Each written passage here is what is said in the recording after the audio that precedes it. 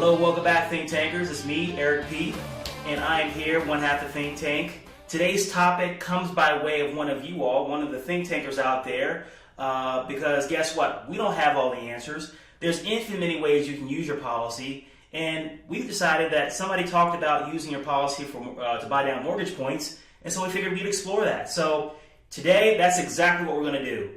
So let's get started. What if I told you that there's a way to get paid to save money? Would you believe me? Well, the real thing is you can. 30-year mortgages are one of the few products that banks offer that really put the consumer in a really good situation given low interest rates and a long-term investment. The reason being is because the bank is the one holding the bag when as dollars decrease in value. And so think about it. You've got cheap money today because of low interest rates, and the bank is required to hold that money just so long as you fulfill your end of the contract, as in paying the payments. And so what if you could make it even better?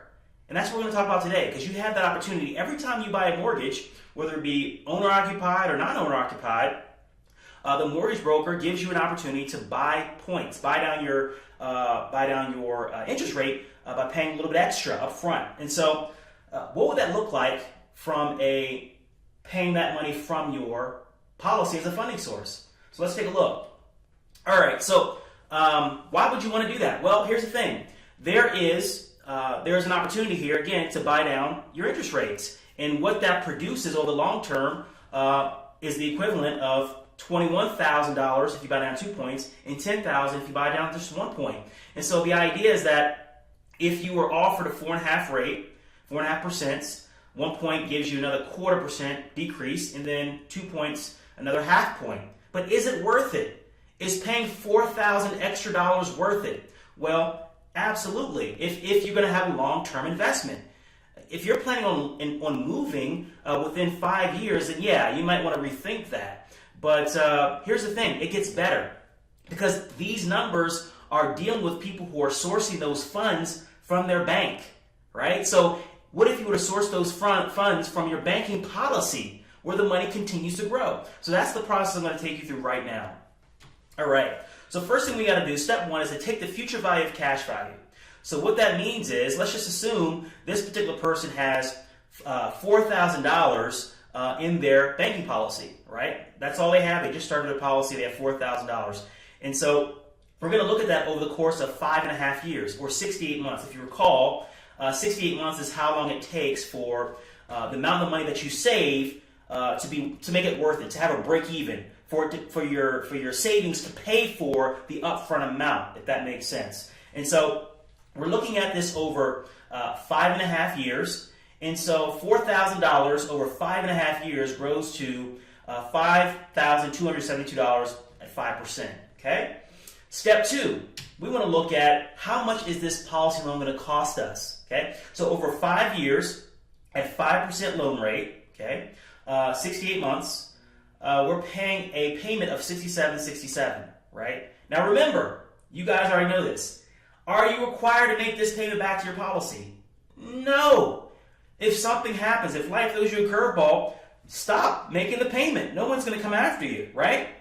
But in order for you to be a good steward of your bank, it behooves you to make sure you make that payment if you have the capability to do so, right? You're only hurting yourself if you just decide not to pay that money back, okay? So if you're paying this back and you're treating yourself with the same respect that you would treat a third-party financial institution, you're going to pay yourself back at $67.67 over the course of 68 months.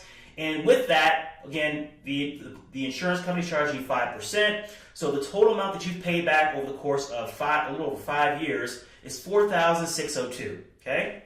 So we take those two numbers and we subtract them. In other words, the $5,272 from the policy growth minus the policy loan equals $670. And for those of you all who forgot how that's possible, same interest rate, what your earnings compared to the interest rate that you're borrowing with, it's because of compounding, money earning on an increasing principal, compared to amortizing or simple interest. you're paying down the principal, and therefore interest is earning on a smaller decreasing amount, okay?